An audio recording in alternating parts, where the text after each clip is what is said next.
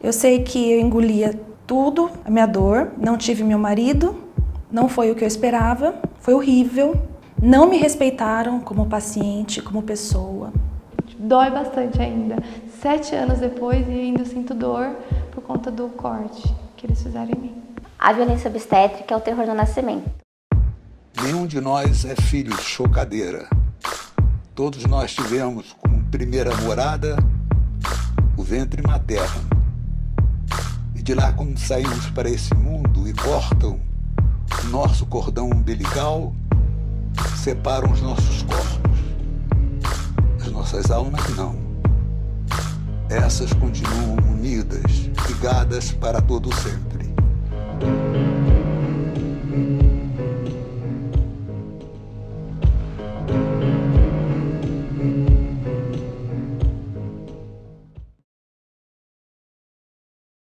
O Ministério da Saúde define a violência obstétrica como os atos abusivos vivenciados pela mulher durante a gestação, parto, nascimento e pós-parto.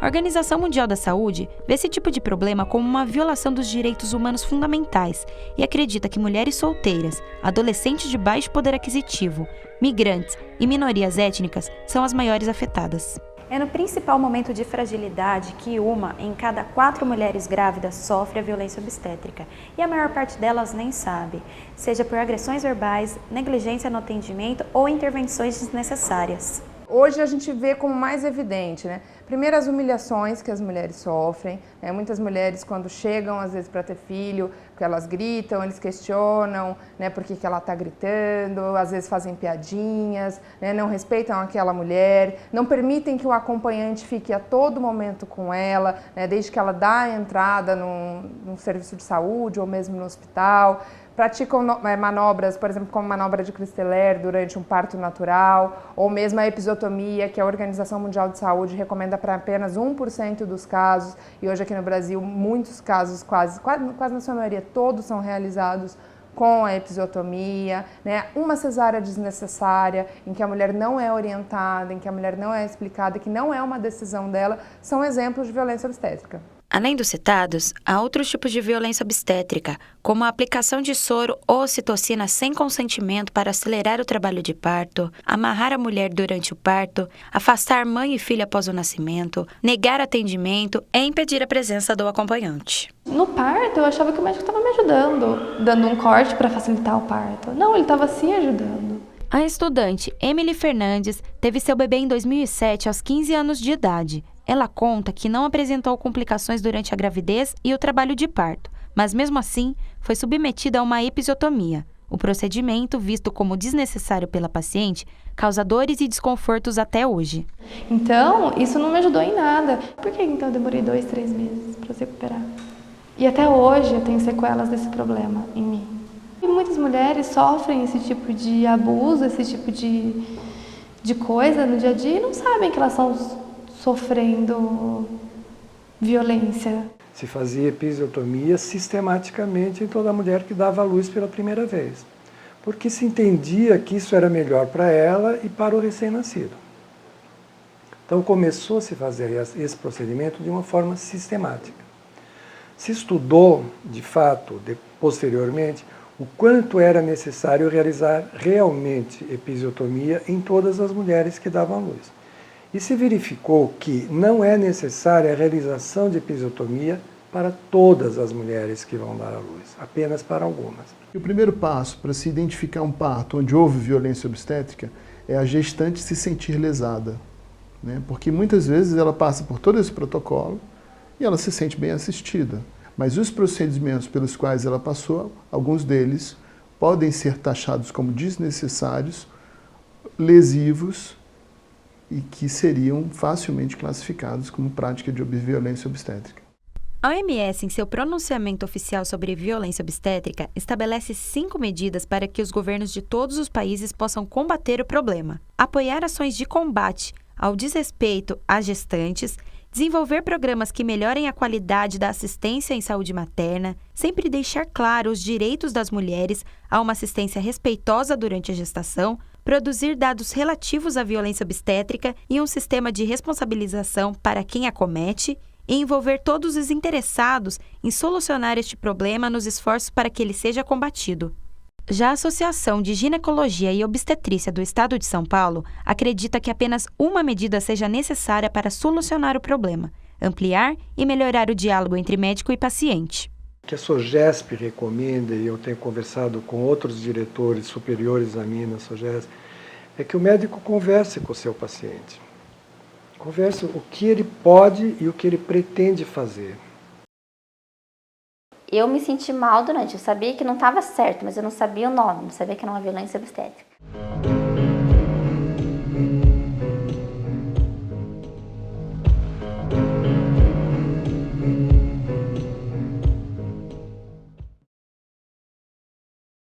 Percebi que eu estava sendo maltratada, mas eu não sabia o nome geral do termo, né, da violência obstétrica. A pesquisa Nascer no Brasil, feita pela Fundação Oswaldo Cruz, ouviu mais de 23 mil brasileiras que passaram por uma gestação. Deste número, 25% afirmam ter sido desrespeitadas durante o parto. Na rede particular, 88% dos partos realizados eram cesáreas. Já as mulheres que tiveram partos normais, mais de 90% tiveram algum tipo de intervenção. Apesar destes tratamentos serem reconhecidos pela OMS como violentos, ainda não existe uma lei específica no Brasil para criminalizar a violência obstétrica. O papel maior da Defensoria hoje não seja só os processos, mas sim a conscientização, né? Mostrar para as mulheres que elas têm direitos que estão sendo violados, né? Mostrar para hospitais que eles estão se comportando de maneiras que não são adequadas, que não precisa ser assim. A advogada especializada em mulheres, Priscila Cavalcante, atua em casos de violência obstétrica desde 2013. Ela acredita que o combate à violência obstétrica não deve se prender à criação de uma lei específica para o assunto. Não falta uma lei específica. O que tem no arcabouço jurídico brasileiro é suficiente para amparar o direito da mulher, até no direito penal. A gente tem o que precisa. O que faz falta mesmo é a conscientização dos operadores do direito do judiciário em especial, né? De que já existe esse direito, que ele é ferido de fato, que não é normal a mulher passar por tudo aquilo, não é aceitável que a mulher passe por tudo aquilo. A Defensoria Pública, né, nos casos de violência obstétrica, a nossa atuação acaba sendo mais no âmbito civil, ou seja, nas ações tanto para indenização de dano moral, dano material. Os danos morais, a gente vai calcular todo o sofrimento que ela sentiu. Então, é buscar uma indenização por tudo que ela passou, né? As consequências psicológicas, todo o sofrimento que ela teve naquele momento, ou às vezes depois do parto, né? No pós-parto, que tem diversas consequências, e os danos materiais, tudo que ela teve que gastar, né? Inclusive, se ela teve que gastar um outro médico ou um outro especialista para cuidar tanto dela quanto da criança. Esta mulher, que não quis se identificar, diz ter sofrido violência obstétrica durante o parto do seu primeiro filho em um hospital de São Paulo. Como muitas outras vítimas, ela só foi descobrir depois que os maus tratos vividos durante o parto eram um tipo de violência. Ao se conscientizar, ela procurou a justiça. O processo contra o hospital e os profissionais da saúde ainda está em andamento. No começo do processo parecia que ia ser bastante rápido, assim, mas tem demorado um pouco. Rola muita coisa por trás, muita parte burocrática também, os papéis vão e voltam e tal. Eu acredito que vai ter uma audiência com as testemunhas e tudo, em que eu vou poder realmente falar frente ao juiz e, enfim, vou poder realmente também encontrar com essas pessoas que me violentaram durante o nascimento do meu filho. Pré-parto, já foi estranho toda essa situação do porquê da cesárea. O parto que eu fiquei sozinha foi estranho, os comentários eram estranhos, o pós-parto foi estranho, mas eu não tinha a consciência de que isso era uma violência. Isso é sim violência e foi muito, muito forte e muito prejudicial. Com o objetivo de informar e evitar a violência no parto, o programador Sérgio Holanda, em parceria com o Grupo Artemis, desenvolveu o aplicativo Parto Humanizado, que desde o lançamento, no final do ano passado até agora, já alcançou mais de 5 mil downloads. A ideia, né, de construir um aplicativo que tratasse da violência obstétrica, que informasse, que desse subsídios para as pessoas conhecessem, que elas pudessem conhecer esse tipo de violência que é rotineiro, né? Infelizmente a gente acabou descobrindo que isso aí acontecia praticamente em quase todos os partos. Então, o contexto do desenvolvimento do app, da ideia é esse. Através da geolocalização, se tu está em São Paulo, então a gente vai trazer para tu os dados das delegacias especializadas, das casas de parto, das casas de dor, que estão mais próximas de você. O aplicativo Parto Humanizado recebeu 50 denúncias de práticas de violência obstétrica. Dentre as mais denunciadas estão a ausência de informação, cesáreas desnecessárias, ausência de alimentação, ofensas verbais, manobra de Christeler e episiotomia. Acho que falta um pouco disso, né? De levar essa violência obstétrica para a faculdade, levar mesmo, como crime.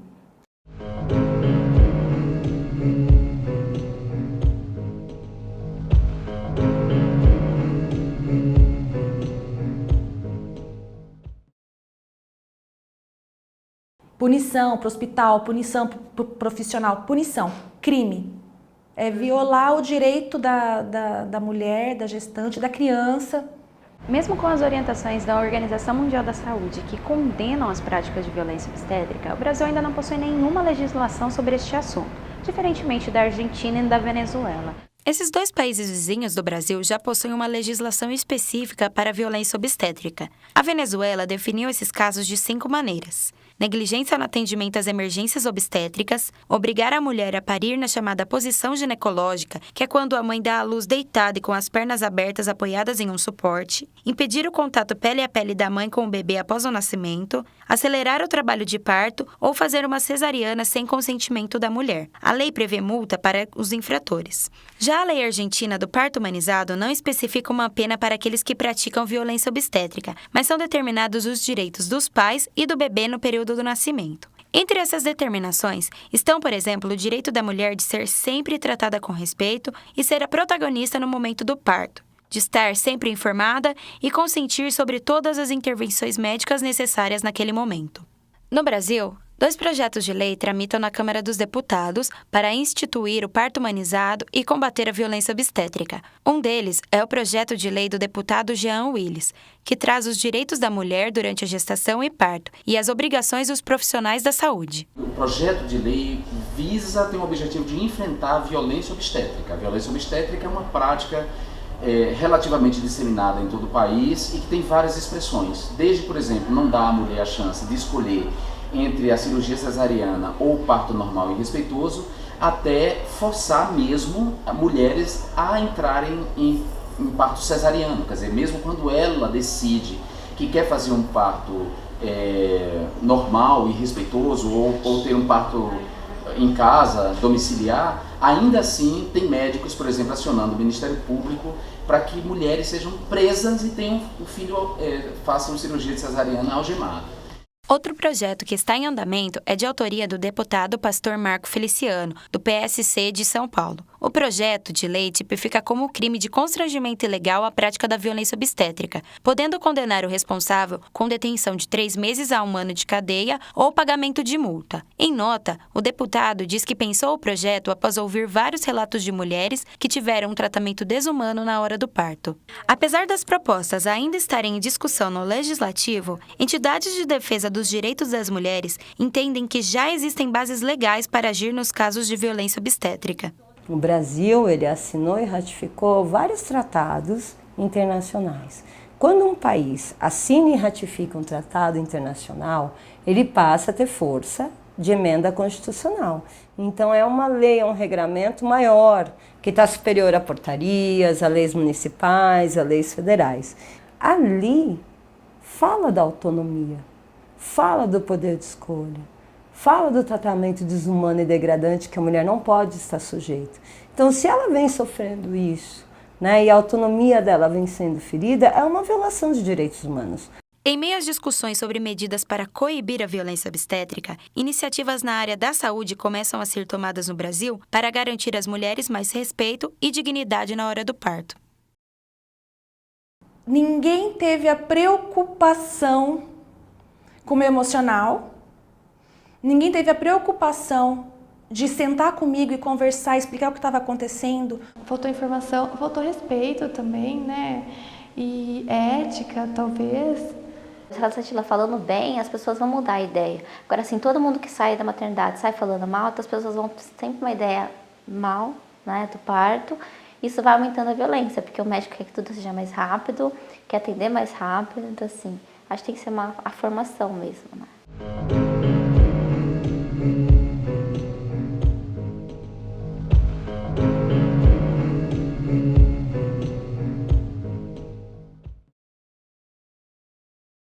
O Ministério da Saúde e a Agência Nacional de Saúde Suplementar criaram uma resolução que estabelece novas regras de estímulo ao parto normal, para pressionar a queda do número de cesarianas desnecessárias. Entre as medidas propostas para melhorar a assistência da mulher durante o parto estão oferecer métodos alternativos para o alívio da dor, evitar situações como episiotomias, indução do parto e cirurgia cesariana, garantir o acesso dos pais ao bebê recém-nascido após o nascimento, incentivar a mulher para que ela escolha a posição para dar à luz e permitir o acompanhamento da doula durante o parto. Além dessas medidas, o Ministério Público Federal de São Paulo também tem atuado na melhoria do atendimento às gestantes. Desde 2014, o Ministério Público Federal recebeu 30 denúncias de casos de violência obstétrica em hospitais públicos e privados de São Paulo. Um número relativamente pequeno, se comparado à quantidade estimada de mulheres que já sofreram com este problema, mas que vem gerando resultados positivos, como a redução do número de episiotomias. Uma das ações mais incisivas que foi provocada até pelo Ministério Público Federal é com relação às taxas de episiotomia. No início do ano passado, tinha uma taxa de episiotomia nas primíparas ao redor de 40%. Depois dessa conversa com o Ministério Público Federal, houve uma intensificação nas maternidades no sentido de se melhorar essas taxas, caindo desde essa época, do segundo semestre para agora, ao redor de 20% de episiotomia nas primíparas. Mesmo com essas medidas tomadas pelo Ministério da Saúde e pelo Ministério Público Federal, muitas mulheres têm procurado o parto domiciliar como forma de fugir das práticas desrespeitosas. A esteticista Kátia Camargo sofreu violência obstétrica em seu primeiro parto e optou por dar à luz em casa em sua segunda gestação. É a forma que eu achei que eu iria ficar tudo bem, que eu iria conseguir. Ok, mas nem toda mulher se sente segura parindo em casa. Então eu acho que o nosso sistema obstétrico tem que oferecer isso para toda mulher. A minha equipe era composta pela doula, pela parteira, por uma pediatra.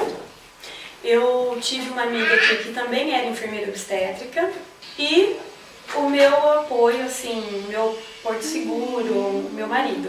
Nós estamos vendo agora uma luta muito grande pela humanização do parto. E muitas mães buscando um parto diferenciado, fugindo desse parto institucional. Então, a grande mudança que eu acho que tem que ser ressaltada hoje é que existem muitas mães migrando para um atendimento humanizado que, por se posicionar radicalmente oposto ao institucional, acaba ludibriando a gestante de uma maneira também perigosa. Não pode haver um parto domiciliar feito de maneira leviana, sem uma equipe completa. Contudo, iniciativas de humanização também podem ser tomadas no hospital.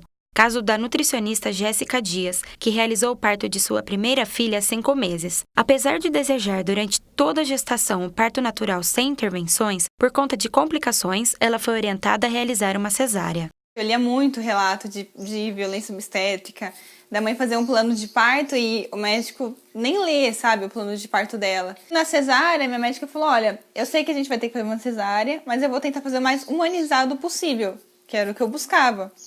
Então ela colocou o pano assim, meus braços ficaram soltos, porque normalmente na cesárea você fica com o braço amarrado. Meus braços ficaram soltos e no pano tinha um buraco que ela ia passar. Assim como no parto normal, eu ia ter o bebê comigo logo que ela nascesse. Como resolver a violência obstétrica? As respostas são muitas, mas em todas, o acesso à informação é um primeiro passo para um novo começo. A gente não quer prejudicar ninguém, aqui ninguém é contra a cesárea, ninguém é contra médico, ninguém é contra o hospital, né? A gente precisa pensar que a gente está enfrentando, é uma mulher numa situação de fragilidade e que ela precisa de todo amparo.